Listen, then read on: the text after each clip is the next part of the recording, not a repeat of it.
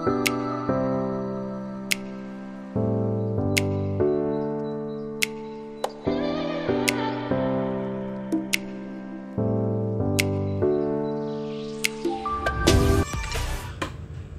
yang menghasilkan dari hasil pembenihan disebut A. Pengapuran, B. Pendederan, C. Penetasan, D. Pembesaran, E. Verlarvan. Seperti biasa saya akan memberi waktu 3 detik untuk menjawab kalian. Dan jangan lupa sambil menjawab klik subscribe-nya untuk mendukung channel ini. Oke. Langsung kita jawab. Ikan yang dihasilkan dari hasil pembenihan disebut pendederan. Jadi jawabannya adalah yang B, teman-teman. Oke. Ikan lele mempunyai alat pernapasan tambahan yakni A. Labirin, B. Insang, E. Empedu, D. Paru-paru, E. Rongga. Oke, langsung aja kita jawab. Labirin adalah alat pernapasan tambahan pada ikan yang berupa lipatan-lipatan epithelium. Pernapasan labirin pada terletak rongga di belakang atau di atas insang. Ikan yang mempunyai labirin mampu hidup di perairan yang miskin oksigen terlalu asalkan permukaan perairan terdapat udara bebas. Jadi ikan lele ini mempunyai alat tambahan yang berupa labirin ya teman-teman. Oke, jadi jawaban yang A. Lanjut ke soal berikutnya. Alat pernapasan tambahan ikan lele terletak pada A. Atas otak, B. Bawah gelembung renang, C. Sebelah paru-paru, D. Ruang sebelah atas insang, E. Bawah insang.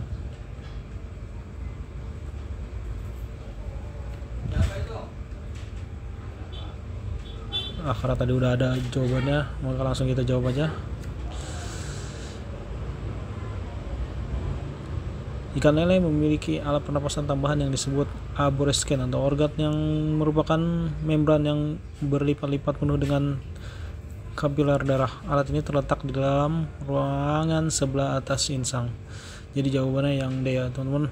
Oke, lanjut ke soal berikutnya. Teknis analisis yang mempelajari hubungan antara biaya tetap, biaya variabel, keuntungan dan volume kegiatan pembenihan ikan konsumsi adalah A. Break-even point, B. Analisis budidaya, C. Sistem produksi, D. Pemanenan, E. Promosi. Oke, langsung kita bahas. Teknis analisis yang mempelajari hubungan antara biaya tetap, biaya variabel, keuntungan dan volume kegiatan pembenihan ikan konsumsi dan adalah break-even point. Jadi jawabannya adalah yang A. Break-even point. Tempat untuk mendukung kehidupan pembenihan ikan disebut A. Wadah, A. Air, B. Wadah, C. Media, D. Ekosistem, E. Habitat. Oke, langsung kita jawab aja. Tempat untuk mendukung kehidupan pembenihan ikan disebut media teman-teman ya. Pohon juga bisa disebut tempat untuk mendukung kehidupan pohon atau tumbuhan juga disebut media. Oke, jadi jawabannya yang B. Lanjut ke soal berikutnya. Berikut fungsi pembagian jenis kolam menurut fungsinya kecuali A. Kolam tradisional, B. Pendederan, C. Pembesaran, D. Pemijahan, E. Pemberokan.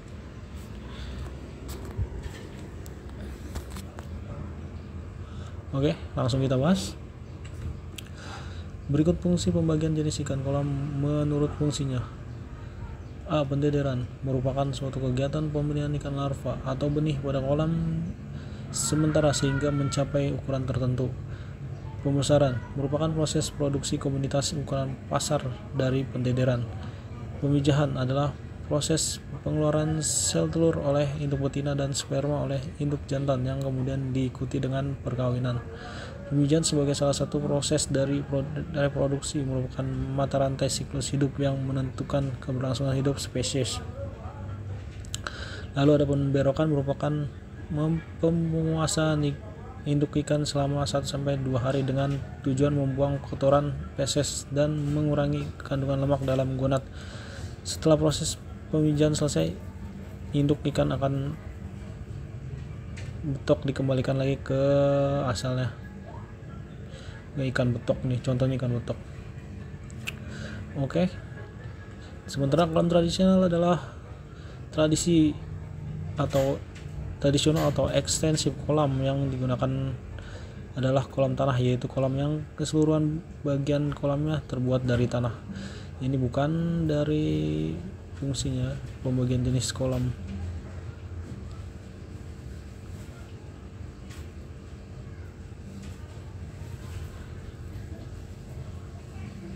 Jadi jawabannya yang ya teman-teman. Apa yang dimaksud stripping adalah A. Pemisahan betina dan jantan, B. Penyulingan induk ikan, C. Perut ikan diurut, D. Pemijahan induk dewasa, E. Pemberokan ikan. Oke, langsung kita jawab. Stripping dilaksanakan setelah menyuntikkan induk, kemudian dilakukan pemeriksaan kondisi induk setelah 8-12 penyuntikan untuk mengetahui kematangan telur dan sperma induk. Jika perut ikan dipijit ke arah anus kemudian keluar telur atau sperma, maka induk telah siap untuk di stripping. Jadi jawabannya adalah yang C ya teman-teman. Perut ikan dipijit ke arah anus. Oke. Lanjut ke soal berikutnya. Budidaya ikan konsumsi dilakukan untuk mendapatkan ikan yang siap panen atau ukuran yang diinginkan konsumen. Kegiatan tersebut adalah budidaya A. Pembesaran, B. Pembenihan, C. Pendirian 1, D. Pendirian 2, E. Pemijahan. Oke, langsung kita jawab. Budidaya ikan konsumsi dilakukan untuk mendapatkan ikan siap panen atau ukuran yang diinginkan konsumen. Kegiatan tersebut adalah budidaya pembesaran ya teman-teman. Jadi yang A jawabannya. Lanjut ke soal berikutnya. Pintu atau saluran air yang digunakan pada kolam budidaya pembenihan ikan konsumsi dikenal dengan sistem A. Kamalir, B. Ceren, D. Dam, C. Dam demonik, E. tonik. Oke, langsung kita jawab. Sistem monik adalah pintu saluran air yang digunakan dalam kolam budidaya pembenihan ikan konsumsi. Jadi jawabannya yang D ya teman-teman, monik. Lanjut soal berikutnya. Pada keramba jaring apung, bagian yang berfungsi buat pemeliharaan benih ikan yaitu A. Drigen, B. Kerangka keramba, C. Drum kosong, D. Pemberat, E. Kantong jaring. Oke, langsung kita jawab. Pada keramba jaring apung, bagian yang berfungsi sebagai pemeliharaan benih ikan yaitu ya teman-teman, kantong jaring. Kantong jaringnya adalah tempat untuk pemeliharaan ikannya. Drigen sebagai pengapung, keramba sebagai kerangka dari jaringnya, C ini drum kosong bisa sebagai pengapung, pemberat untuk agar jaring tidak meningkatkan kekebalan tubuh pada ikan. A. Antibiotik alami, B. Prosalat, C. Imunostimulan, D. Feed adiktif, E. Nutrilon Royal. Oke, seperti biasa saya akan kasih waktu 3 detik untuk menjawab. Silakan teman-teman untuk bisa menjawab. Sambil menjawab jangan lupa like, subscribe, dan komen agar saya semakin semangat untuk membuat konten-konten ini. Oke, langsung kita bahas saja. Imunostimulan atau imunostimulator adalah substansi, obat, dan nutrien yang menstimulasi sistem imun dan meningkatkan aktivitas komponen sistem imun untuk melawan infeksi dan penyakit. Jadi jawabannya yang C teman-teman, imunostimulan. Oke, lanjut ke soal berikutnya. Spesies jamur yang menyebarkan penyakit pada ikan dengan cara menginfeksi organ-organ internal adalah A. Branchyomycetes, B. Saprolegnia sp, C. Achlia sp, D. Ichthyopus Pus sp alga. Oke, langsung kita jawab. Penyakit Ichthyophilus sp merupakan jenis penyakit pada ikan di mana ikan akan terkena serangan jamur di tubuhnya. Penyakit tersebut hampir sama dengan penyakit ikan Amelodium ocellatum. Sedangkan Amelodium ocellatum penyakitnya menyerang pada bagian insang dan kulit.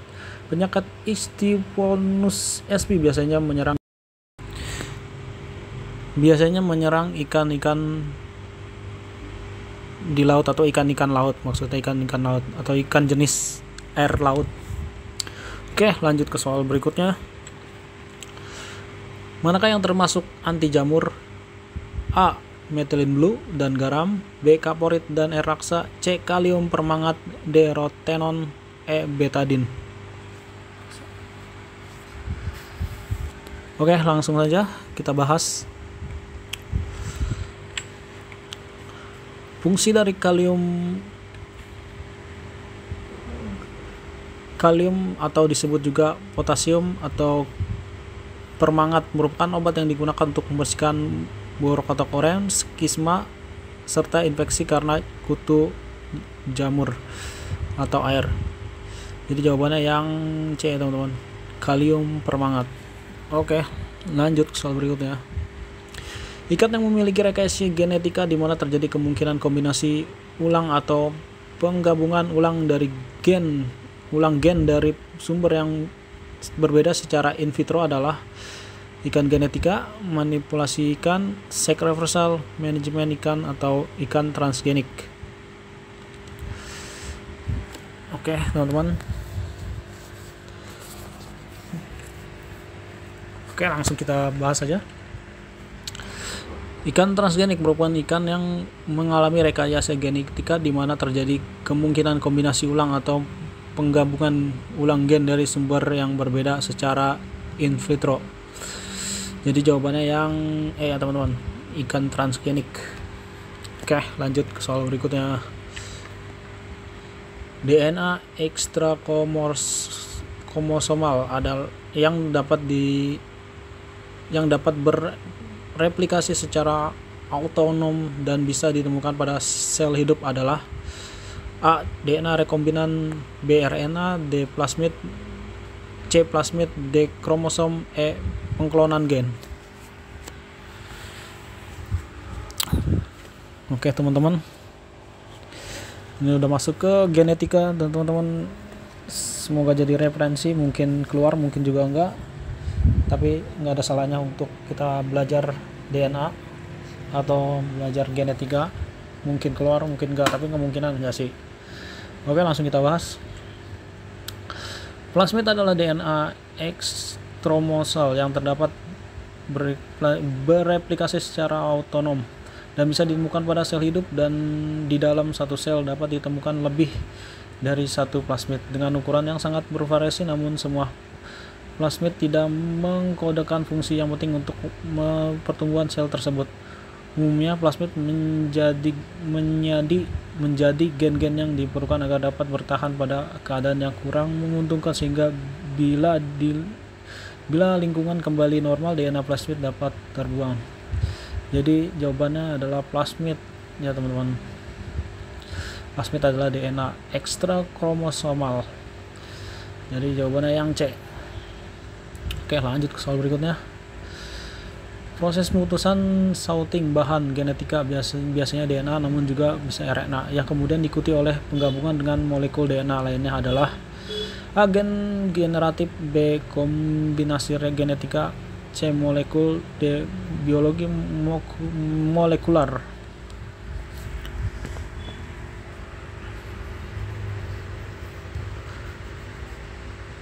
Oke, langsung kita bahas. Kombinasi genetika merupakan proses pengutusan sorting bahan genetika biasanya DNA namun juga bisa RNA yang kemudian diikuti oleh penggabungan dengan molekul DNA lainnya. Pada eukaryota, kombinasi biasanya terjadi selama meiosis sebagai pindah silang kromosom antar kromosom yang berpasangan. Proses ini menyebabkan keturunan suatu makhluk itu mempunyai kombinasi gen yang berbeda dari orang tuanya. dan dapat menghasilkan elektronik yang baru. Pada biologi evolusional, perombakan geni diperkirakan memiliki banyak keuntungan, yang ini mengizinkan organisme yang bereproduksi secara seksual menghindari Rachel Muller. Jadi jawabannya yang rekombinasi genetika ya teman. Jadi jawabannya yang B, rekomendasi genetika. Oke, lanjut soal berikutnya.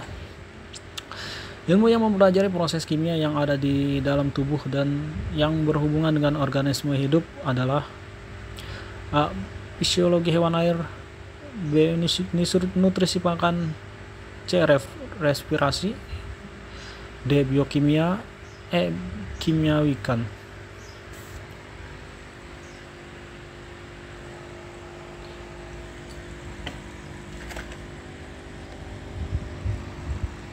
Oke, langsung kita bahas teman-teman. Biokimia atau kimia biologis adalah ilmu yang mempelajari proses-proses kimia yang ada di dalam tubuh dan berhubungan dengan organisme hidup. Sebagai subdisiplin dari biologi dan kimia, biokimia dapat dibagi menjadi 3 bidang, yaitu biologi struktural, enzim, dan metabolisme. Jadi jawabannya adalah biokimia teman-teman, biokimia D. Oke, lanjut ke soal berikutnya. Perkawinan silang antara dua individu yang berbeda untuk mendapatkan keturunan yang lebih baik adalah A. Hibridisasi, B. Polarisasi, C. Seks reversal, D. Carpio, E. Gurame. Ini merupakan suatu rekayasa genetika ya teman-teman, dalam perikanan. Rekayasa genetika ya kemungkinan nggak keluar, cuman jadi referensi aja buat kita karena ini materinya udah cukup terlalu tinggi, jadi kemungkinan nggak keluar sih. Jadi referensi aja, mungkin keluar mungkin enggak, tapi kemungkinan enggak sih.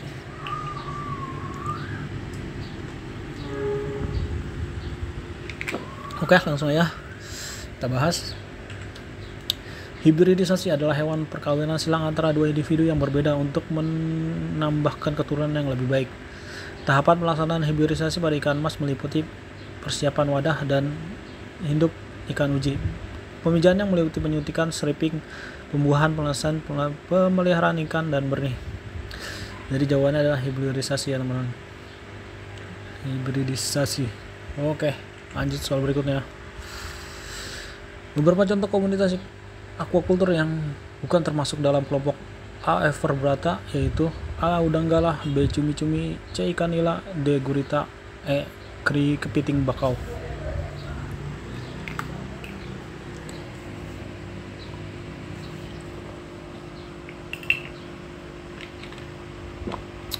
Oke, langsung kita bahas. Hewan Everbrata adalah hewan yang termasuk ke dalam jenis hewan yang tidak memiliki tulang punggung ya teman. Harus ingat, Everbrata, hewan yang tidak memiliki tulang punggung. Antara ruas-ruas tulang belakang, istilah lain yang disebut hewan Invertebrata.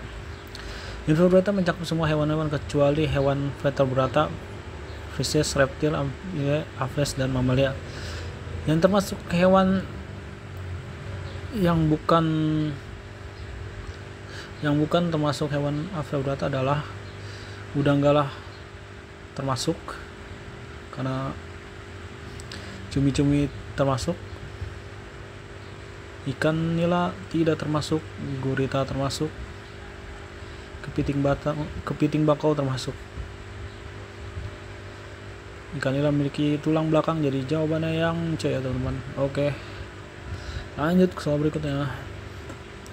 Suatu kegiatan untuk memproduksi biota organisme suatu akuatik secara terkontrol dalam rangka mendapatkan keuntungan profit merupakan definisi dari A. Budidaya, B. Produksi benih, C. Pembesaran, D. Pembenihan, E. Aquaculture. Oh, ini mau gampang banget teman-teman, dasar banget. Kalau kalian nggak tahu sih ya bahaya sih kayak ginian.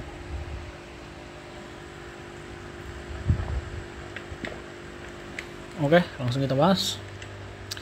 Aquaculture atau budidaya perairan adalah suatu kegiatan untuk memproduksi biota organisme suatu akuatik secara terkontrol dalam rangka mendapatkan keuntungan profit. Jadi jawabannya yang teman-teman, aquaculture.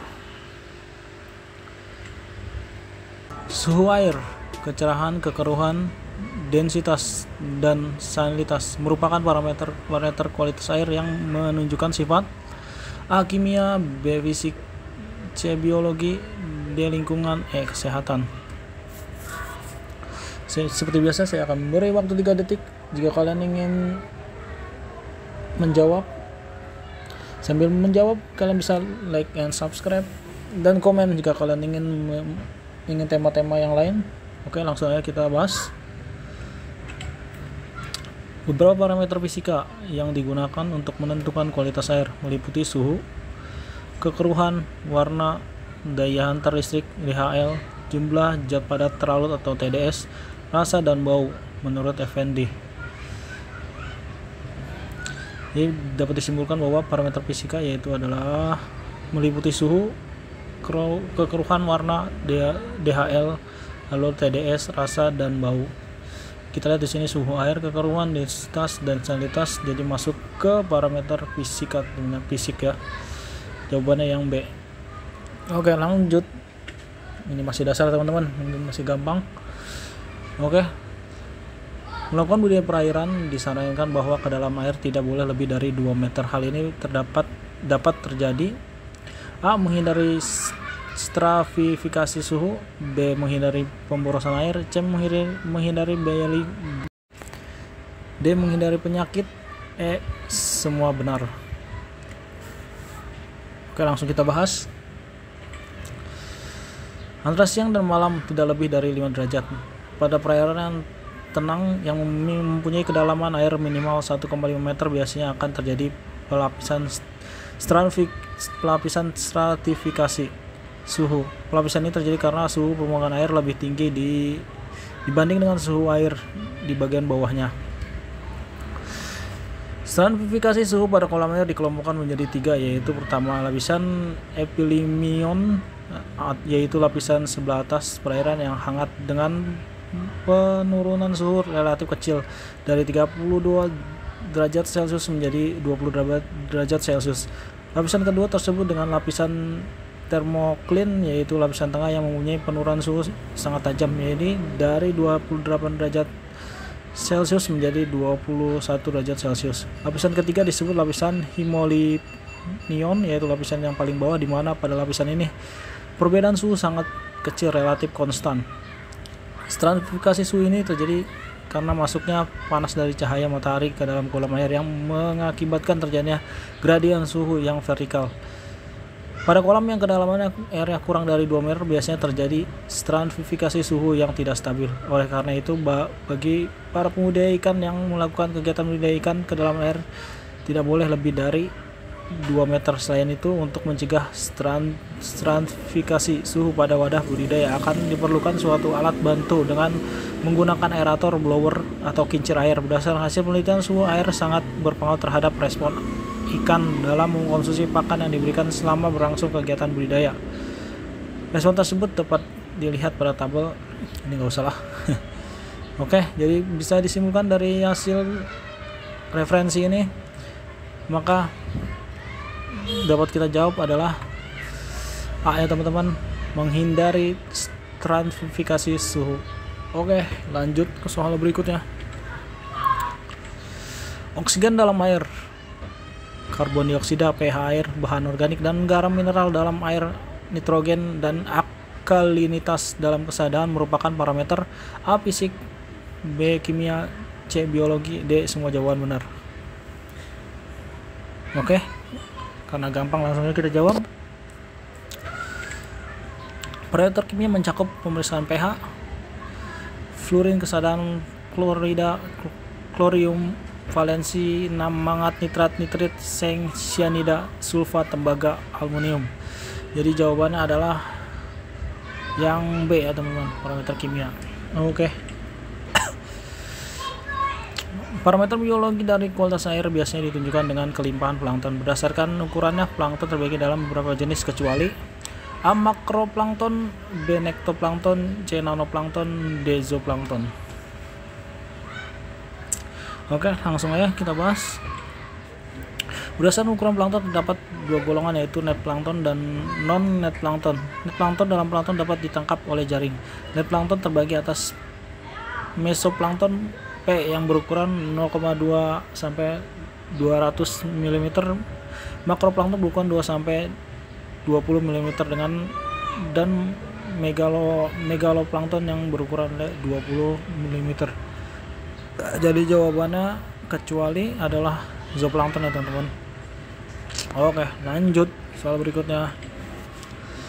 Parameter biologi yang bisa digunakan sebagai indikasi suatu kualitas air adalah A. Plankton dan nekton, B. Plankton dan bentos, C.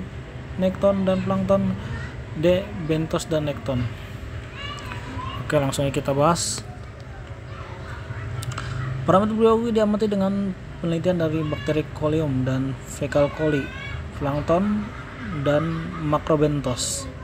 Selain bakteri Colium, keanekaragaman plankton dan bentos juga dapat digunakan sebagai indikator kualitas air.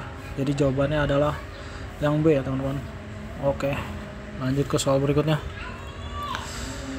Mikroorganisme yang merugikan disebut A. transvesin, B. patogenik, C. aerob, D. indigenous. Oke, lanjut ya. Kita cepet aja karena udah mau maghrib. Ada jenis-jenis bakteri baik yang dapat menunjang fungsi tubuh kita dan jenis-jenis bakteri yang merugikan manusia. Bakteri yang membawa pengaruh buruk disebut sebagai bakteri patogen. Jadi jawabannya yang B ya teman-teman, bakteri patogenetik. Oke, lanjut ke soal berikutnya. Bakteri yang merugikan ikan adalah A. Lactobacillus, B. Carnobacterium, C. Bacillus, D. Pseudomonas aguiliseptica. Oke, langsung aja. Bakteri yang merugikan ikan tawar antara lain Aeromonas hydropilia, Salmonidika, Pheromonas aguiliseptica, Streptococcus agalectica, Esne, Vibrio sp, Edwardsia tarda, Eika turli, Mycobacterium sp, Yersida sp, dan Acinetobacter sp. Jadi jawabannya yang D ya teman-teman, yang E ya, Pseudomonas aguiliseptica. Bukan termasuk uji pakan buatan. A. Uji keuntungan, B. Uji fisik, C. Uji kimiawi, D. Uji biologis. Seperti biasa saya akan memberi waktu selama 3 detik untuk kalian menjawab. Sambil menunggu, jangan lupa subscribe agar saya semakin semangat untuk membuat video-video lainnya. Oke, langsung ya kita bahas. Pengujian ada beberapa cara. Yang pertama, pengujian fisik. Pengujian pelet secara fisik yaitu 1. Kehalusan bahan baku, 2. Kekerasannya, 3. Daya tahan dalam air, 4. Daya apung. Dalam pembuatan pakan buatan, pengujian secara fisik dapat dilakukan pada kehalusan bahan baku. Dapat diuji dengan jalan menggiling ulang berdasarkan besar kecilnya ukuran butiran. Kita dapat membedakannya menjadi sangat halus, agak kasar, sangat kasar, dan lain-lain. Kekerasan dapat diuji dengan memberi beban pada pelet. Sampai batas beban tertentu pelet akan hancur. Pelet yang baik harus mempunyai kekerasan yang tinggi dan biasanya berasal dari bahan baku yang cukup halus. Pengujian ketahanan dalam air atau water sterility dilakukan dengan cara pengambilan pakan, selanjutnya merendam pakan dengan air dingin. Waktu yang diperlukan sampai saat pelet hancur merupakan ukuran daya tahan pelet tersebut. Pengujian daya apung kita dilakukan dengan jalan menentukan pelet ke dalam air. Waktu yang diperlukan mulai saat pelet menyentuh permukaan air sampai tenggelam air di dasar dengan merupakan ukuran daya apungnya. Lalu selanjutnya ada pengujian secara kimiawi. Setelah dilakukan pengujian secara fisik seperti yang tadi, kita akan melakukan pengujian secara kimiawi. Pengujian yang dimaksudkan untuk mengetahui kadar gizi dari pakan tersebut, yaitu kadar protein, lemak, karbohidrat, abu, serat, dan kadar air. Pengujian ini dapat dilakukan di laboratorium. Parameter yang diuji antara lain energi gross, protein kasar, lemak kasar, dan kandungan serat. Lalu ada pengujian secara biologis. Setelah melakukan pengujian secara fisik dan kimia, perlu juga dilakukan lainnya, yaitu pengujian secara biologis. Pengujian biologis sangat penting, terutama melihat nilai konversi pakan, yaitu VCR.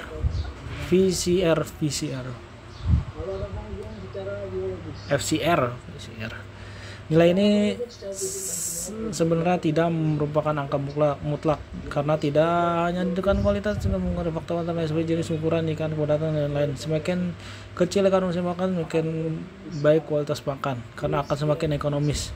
Untuk menentukan kompresi makan, perlu dilakukan pengujian lapangan pada berbagai tipe percobaan. Jadi ada 3 ya teman-teman: pengujian biologis, kimia, dan fisik. Jadi jawabannya manakah yang bukan termasuk uji pakan buatan adalah A ya teman-teman, uji keuntungan, karena fisik termasuk, kimia termasuk, biologi termasuk. Oke, lanjut ke soal berikutnya. Parameter untuk mengukur daya cerna setiap bahan baku pakan yaitu karbohidrat, A karbohidrat, B protein, C serat kasar, D lemak, E mineral. Bahan baku pakan untuk daya cerna. Oke, langsung aja kita bahas. Menurut NRC tahun 1993, sehingga pakan yang diproduksi dengan harga mahal pun belum tentu memiliki kualitas baik. Oleh karena itu perlu dicari alternatif bahan pakan yang dapat membantu dalam proses pencernaan pakan. Salah satu bahan pakan yang dapat digunakan adalah serat kasar. Serat kasar membantu dalam mempercepat ekskresi sisa-sisa pakan melalui saluran pencernaan. Dalam keberadaannya, serat kasar di dalam pakan saja tidak cukup dengan faktor-faktor pencernaan pakan, dan terdapat faktor-faktor yang lainnya. Jadi dapat disimpulkan bahwa untuk mengukur daya cerna, bahan baku yang digunakan adalah serat kasar ya teman-teman. Oke, jadi jawabannya yang C. Lanjut ke soal berikutnya. Biaya yang tertinggi budidaya ikan adalah A. Bibit ikan, B. air, C. pakan, D. SDM, E. obat-obatan. Oke, langsung aja kita bahas. Pakan memegang perairan penting dalam kegiatan budidaya ikan. Kebutuhan pakan selama budidaya dapat mencapai sekitar 60-70% dari biaya operasional budidaya. Menurut Hadadi dan kawan-kawan tahun 2009. Jadi jawabannya yang C teman-teman. Biaya tertinggi dalam budidaya adalah pakan ya, biaya operasionalnya. Oke, lanjut ke soal berikutnya. Faktor yang mempengaruhi pertumbuhan ikan kandungannya adalah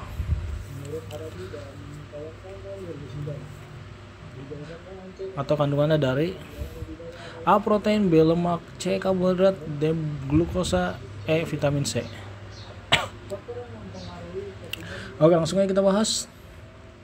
Faktor yang mempengaruhi pertumbuhan ikan adalah kandungan protein ya teman-teman pada pakan, sebab protein berfungsi sebagai jaringan baru untuk pertumbuhan dan menggantikan jaringan yang rusak.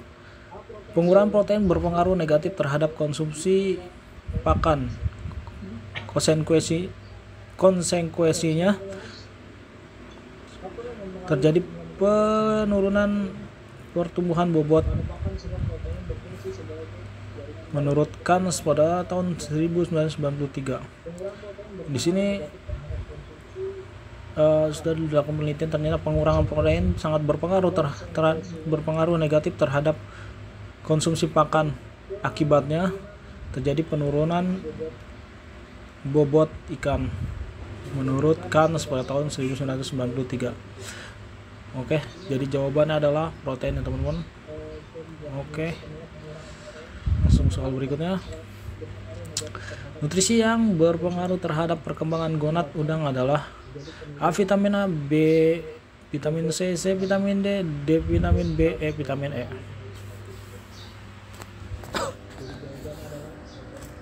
Oke, langsung aja kita bahas teman-teman. Penambahan kadar vitamin E atau alpha-tocophenol dalam pakan berpengaruh terhadap tingkat pematangan gonad udang windu asal tambak, tetapi tidak berpengaruh terhadap sintasen atau indeks hepatopankreas somatik. Pemberian vitamin E atau tocopherol dengan kadar 1% sampai 1,5 dapat mempercepat kematangan gonad udang windu asal tambak dan tidak berbeda dengan kadar 22%. Untuk kemenangan gonad indung windu disarankan mencampakkan dengan kadar vitamin E antara 1 sampai 1,5%. Referensinya diambil dari Litbang KKP, teman-teman. Jadi kadar vitamin E yang berpengaruh terhadap tingkat kematangan gonad ya, teman-teman. Jadi jawabannya yang C, yang E, vitamin E. Oke, lanjut ke soal berikutnya. Jenis atau obat yang biasa ditambahkan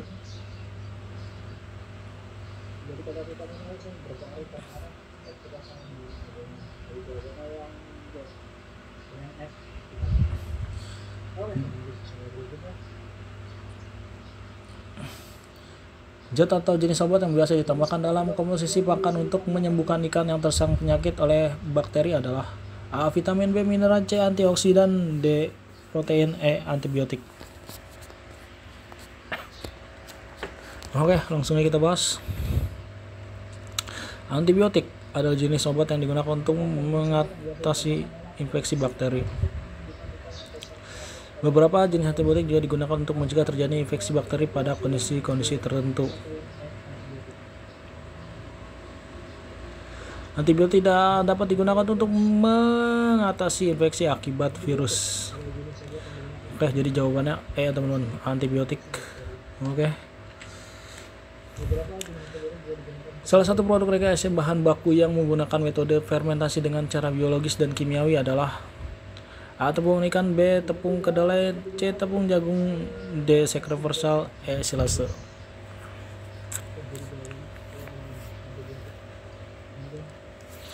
Oke, langsung kita bahas. Silase ikan adalah suatu produk cair yang dibuat dari ikan-ikan utuh atau sisa-sisa induksi pengolahan ikan yang dicairkan menyerupai bubur oleh enzim-enzim yang terdapat pada ikan-ikan itu sendiri dengan bantuan asam atau mikroba yang sengaja ditambahkan. Jadi jawabannya adalah yang E, teman-teman, silase. Oke, lanjut ke soal berikutnya.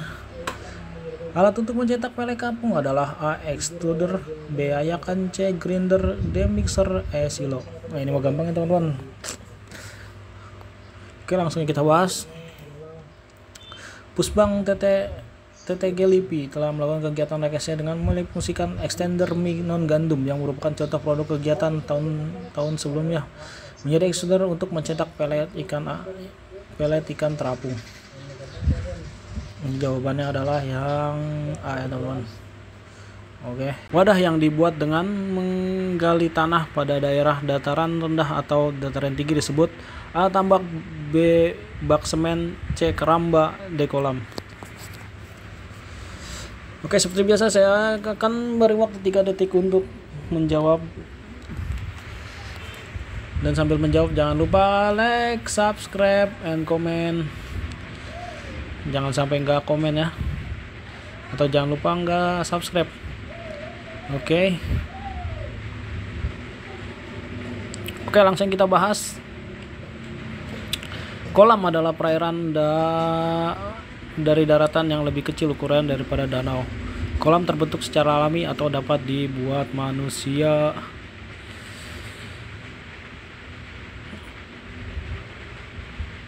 Oke, jadi jawabannya adalah kolam ya, teman-teman.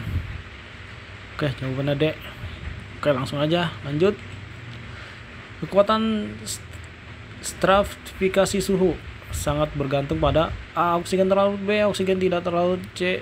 cahaya matahari yang masuk, D. karbon dioksida yang dihasilkan plankton. Oke, saya ingatkan selalu untuk dipersiapkan alat-alat tesnya, jangan sampai karena hal sepele ketinggalan kartu atau apapun itu jadi membuat terhambat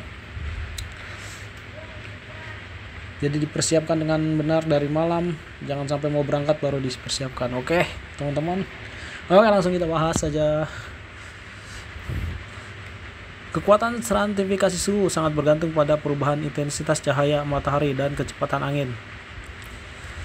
Jadi jawabannya adalah stratifikasi suhu sangat bergantung terhadap cahaya matahari lalu kecepatan angin ya teman-teman. Oke, jadi jawabannya yang C, cahaya matahari yang masuk. Oh ya, lanjut ke soal berikutnya. Lapisan paling bawah danau atau memiliki suhu lebih rendah dibandingkan suhu lapisan di atasnya adalah lapisan A. Hipolimnion, B. Termosilin, C. Metalimnion, D. Eutrofikasi.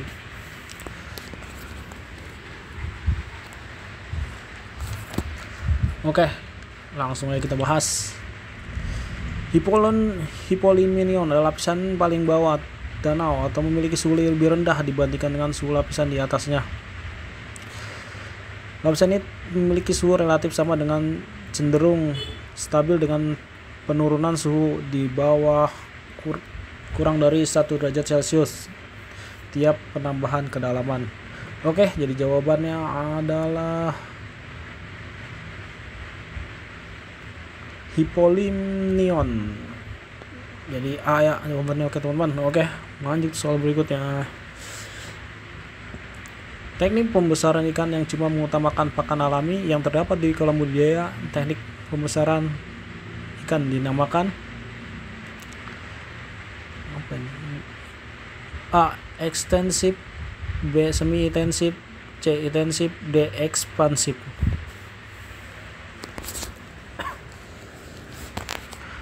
Oke, langsung kita bahas saja. Ekstensif merupakan hanya pakan alami yang tumbuh di tempat budidaya. Lalu ada semi intensif menggunakan pakan alami dan memberikan pakan buatan untuk memenuhi kebutuhan gizi ikan. Lalu ada intensif yaitu hanya menggunakan pakan buatan. Ya, harus diingat ya teman-teman. Kalau intensif atau tradisional hanya menggunakan pakan alami saja. Lalu kalau semi intensif ini 50% pakan alami dan pakan buatan untuk memenuhi gizi ikannya. Lalu intensif yaitu full pakan buatan ya teman-teman, harus diingat ini 3 ini. Jadi jawabannya ada ekstensif atau tradisional. Oke, lanjut. Orientasi dari kegiatan budaya pada aspek ini adalah mendapatkan keuntungan sehingga dikenal sebagai kegiatan A. Aquabisnis, B. Kondisi bisnis, C. Peluang bisnis, D. Dagang ikan, E. Karir bisnis. Oke, langsung kita bahas saja. Budaya perairan merupakan sistem reproduksi yang cukup input produksi atau prasarana dan sarana produksi, proses produksi sejak persiapan hingga pemanenan dan output produksi, penanganan pasca panenan dan pemasaran. Orientasi dari kegiatan budidaya pada aspek ini adalah mendapatkan keuntungan sehingga dikenal sebagai kegiatan bisnis aquaculture atau aquaculture bisnis. Oke, jadi jawabannya A ya teman-teman. Oke, A. Banyakan. Oke, lanjut. Cara pembudidayaan ikan yang baik terdapat pada Permen nomor A nomor 35 Permen KP 2016, B nomor 36 Permen KP 2016, C nomor 37 Permen KP 2016, D nomor 35 Permen KP 2017, E nomor 35 Permen KP 2019. Oke, langsung kita bahas. Peraturan Menteri Kelautan Perikanan Republik Indonesia nomor 35 Permen KP 2016 tentang cara pembudidayaan ikan yang baik. Oke, jadi jawabannya adalah nomor 35 Permen KP 2016. Jawabannya yang A. Oke. Aquaculture merupakan proses pengaturan dan perbaikan organisme akuatik untuk kepentingan konsumsi manusia. Pernyataan tersebut dikemukakan oleh A. Webster, B. Burdach, John E. C. Wetton, F. D. Boyd, E. Watanabe. Oke, langsung aja karena durasi sudah semakin banyak, kalian juga pasti akan jenuh. Oke, langsung kita bahas aja, nggak pakai lama.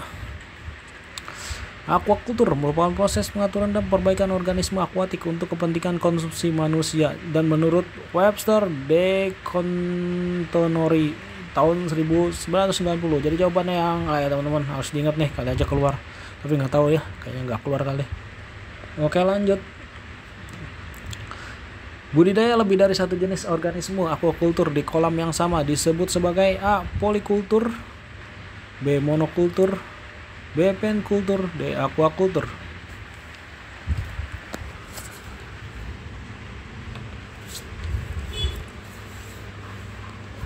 Oke, langsung kita bahas saja. Polikultur adalah budidaya lebih dari satu jenis organisme aquaculture di kolam yang sama. Diharapkan produksi ikan ini bisa dimaksimalkan. Harus diingat, polikultur lebih dari satu jenis organisme ya, lebih dari satu jenis organisme. Kalau cuma satu organisme, kalau ada cuma satu organisme, maksudnya ke monokultur ya teman-teman, harus diingat ya. Jadi polikultur namanya juga poli ya, poli bisa banyak kalau poli. Oke, jadi jawabannya yang gampang kan? Gampang lah, masa nggak bisa, besok mau ujian pasti udah belajar banyak. Oke, lanjut. Biaya tertinggi budidaya ikan adalah A. Bibit ikan, B. air, C. pakan, D. SDM, E. kopi. Apa ini kopi? Tolong dong editor ini. Aduh, siapa yang buat soal ini? Kenapa ada kopi ini? Kopi mau wajib lah. Oke, silakan dijawab teman-teman. Saya ingatkan selalu, jangan lupa untuk mempersiapkan ujian besok. Alat tulis ya berupa ini ya, berupa pensil ya, ada juga ya, kartu ujian dan pakaian juga dipersiapkan agar kalian tidak terburu-buru besok saat berangkat ujian. Oke, langsung aja kita bahas.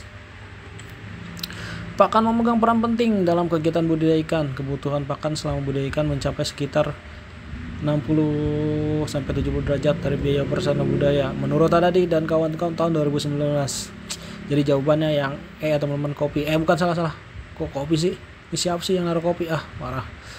Jadi jawabannya yang C ya teman-teman. Oke. Referensi yang saya ambil adalah, kalian bisa baca sendiri di sini dan masih banyak lainnya. Oke, langsung aja kita masuk ke soalnya.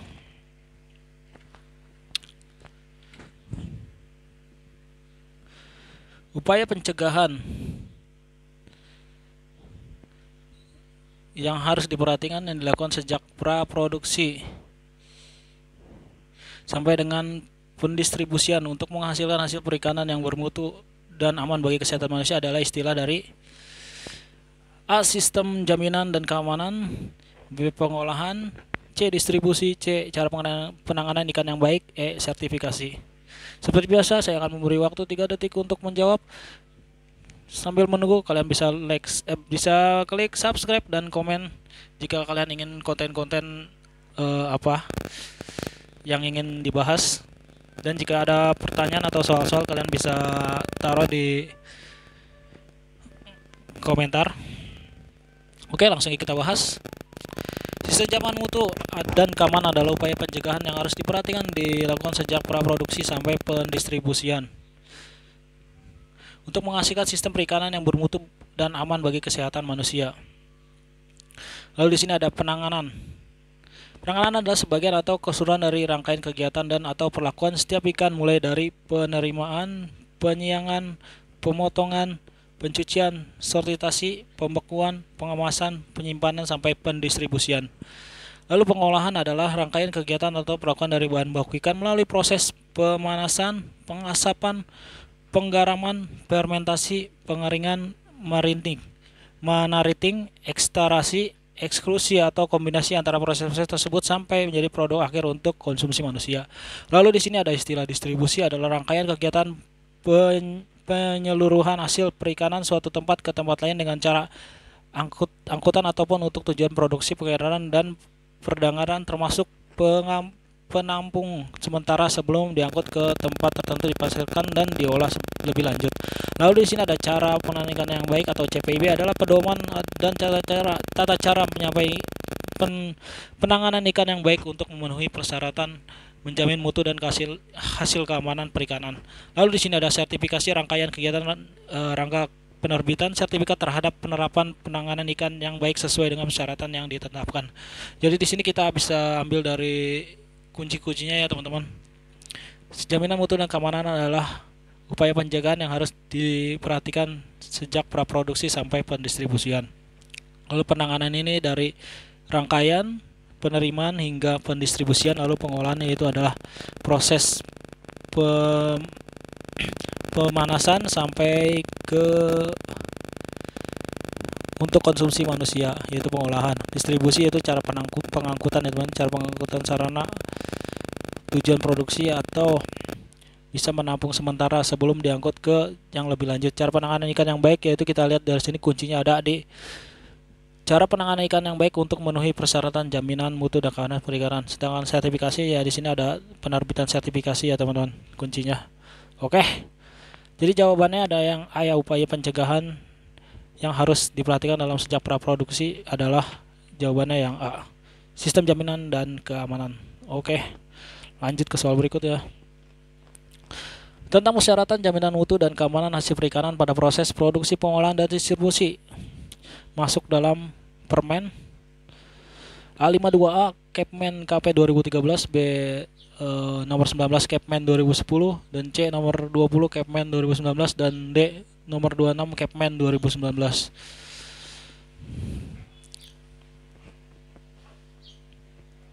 Oke, langsung aja kita bahas. Inspeksi ada pemeriksaan terhadap penerapan CPIB dan unit pengepul spoiler berdasarkan putusan Menteri Perikanan nomor 5A Kepmen 2013 tentang persyaratan jaminan mutu dan keamanan hasil perikanan pada proses produksi, pengolahan dan distribusi. Dari jawabannya yang 52A Kepmen 2013. Unit pengepul atau spoiler harus memperhatikan jenis ikan tertentu yang dilarang atau memerlukan persyaratan tertentu yang dipasarkan untuk konsumsi manusia, di antara mana ikan yang boleh dikonsumsi manusia. Di antara ini mana ikan yang boleh dikonsumsi manusia, yaitu A. Tetraodontidae, B. Molidae, C. Didontidae, D. Cantigasteridae, E. Pangasius.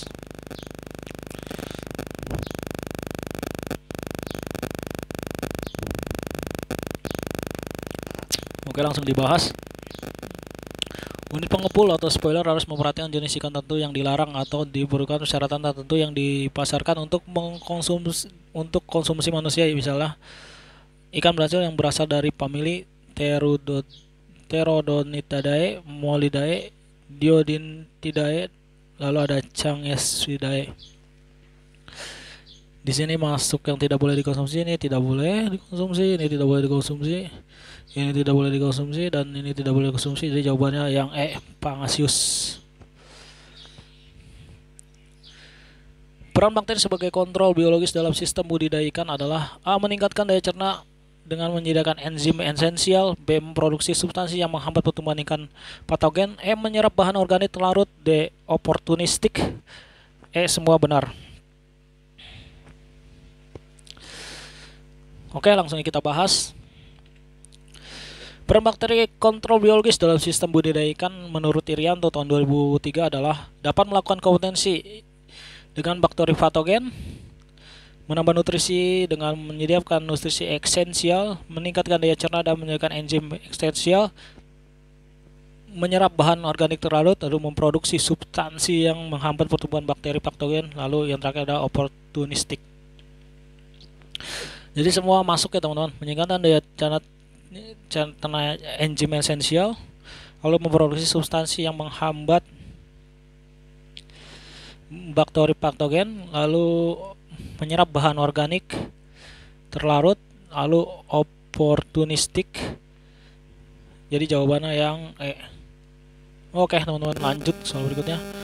Larva usia sampai dengan umur 40 hari diberikan pakan berbentuk A. Emulsi, B. Tepung halus, C. Tepung kasar, D. Remah pelet. Oke, langsung kita bahas. Untuk pakan buatan untuk ikan, ini adalah umurnya. Umur sampai dengan 10 hari diberi emulsi, lalu 10 sampai 20 hari diberi tepung halus, 20 sampai 40 hari diberikan tepung kasar, lalu 40 hari sampai 80 hari diberikan remah. Umur lebih dari 80 hari diberikan pelet. Jadi jawabannya yang emulsi. Dalam melakukan cara karantina ikan yang baik, analisis resiko dilakukan dengan 4 tahapan penilaian, kecuali identifikasi bahaya, penilaian resiko, C. manajemen resiko, D. komunikasi resiko, dan E. menangani resiko.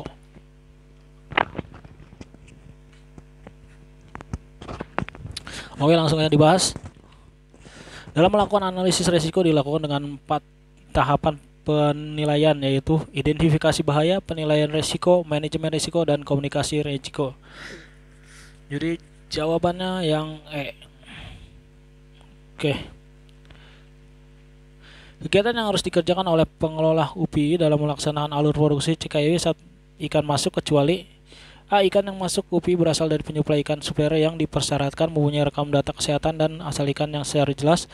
Ikan hias dipelihara bercampur dengan ikan konsumsi dan pancing yang berlaku sebaliknya. Ikan yang dikirim ke UPI di lalu lintasan harus dalam keadaan sehat atau tidak menunjukkan gejala sakit, klinis atau sakit. Dilengkapi dengan sertifikat kesehatan karantina ikan dengan keterangan dari instansi lain yang dapat dipertanggungjawabkan kebenarannya. Ikan harus memiliki tubuh yang besar dan sehat secara fisik.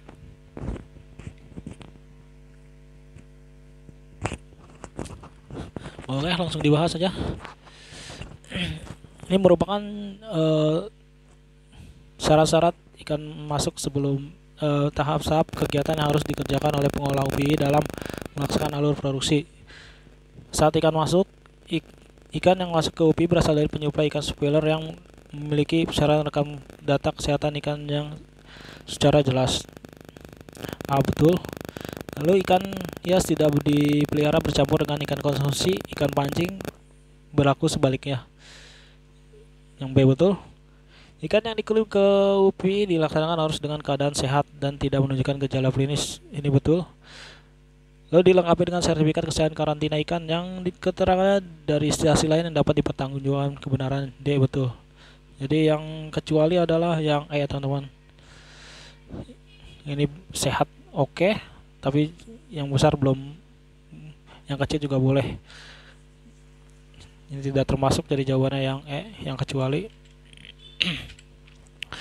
Lanjut soal berikutnya. Pada saat alur CKIB, jika ikan yang pada saat diterima menunjukkan gejala klinis terinfeksi penyakit atau terdapat kematian 30%, maka A. ikan dimusnahkan, B. ikan tetap dikirim, C. ikan diganti, D. dikembalikan ke spoiler, E. ikan dibiarkan saja.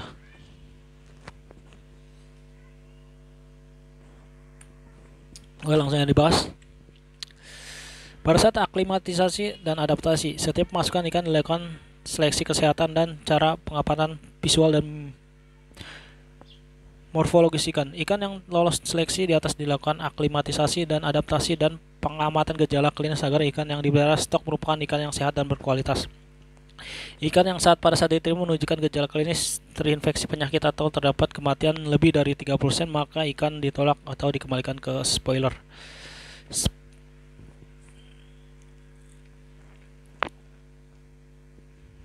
Oke, jadi jawabannya yang D, teman-teman, dikembalikan ke spoiler. Oke, ikan dikembalikan. Oke, lanjut soal berikutnya. Kegiatan dalam CKIB isolasi prapanen dilakukan dengan kegiatan pengamatan ikan selama A. 1 bulan, B. 1 sampai 3 bulan, C. 20 hari, D. 1 sampai 3 hari, E. 4 sampai 14 hari.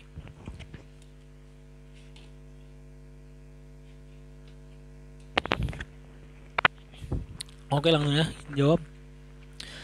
Isolasi prapanen. Isolasi prapanen merupakan kegiatan pengamatan terhadap kesehatan dan mutu ikan selama 4 sampai 14 hari bertujuan untuk memenuhi standar yang disyaratkan oleh konsumen negara tujuan. Jadi jawabannya ada 4 sampai 14 hari. Oke, selesai sampai sini aja. Sampai jumpa di video selanjutnya dan see you again.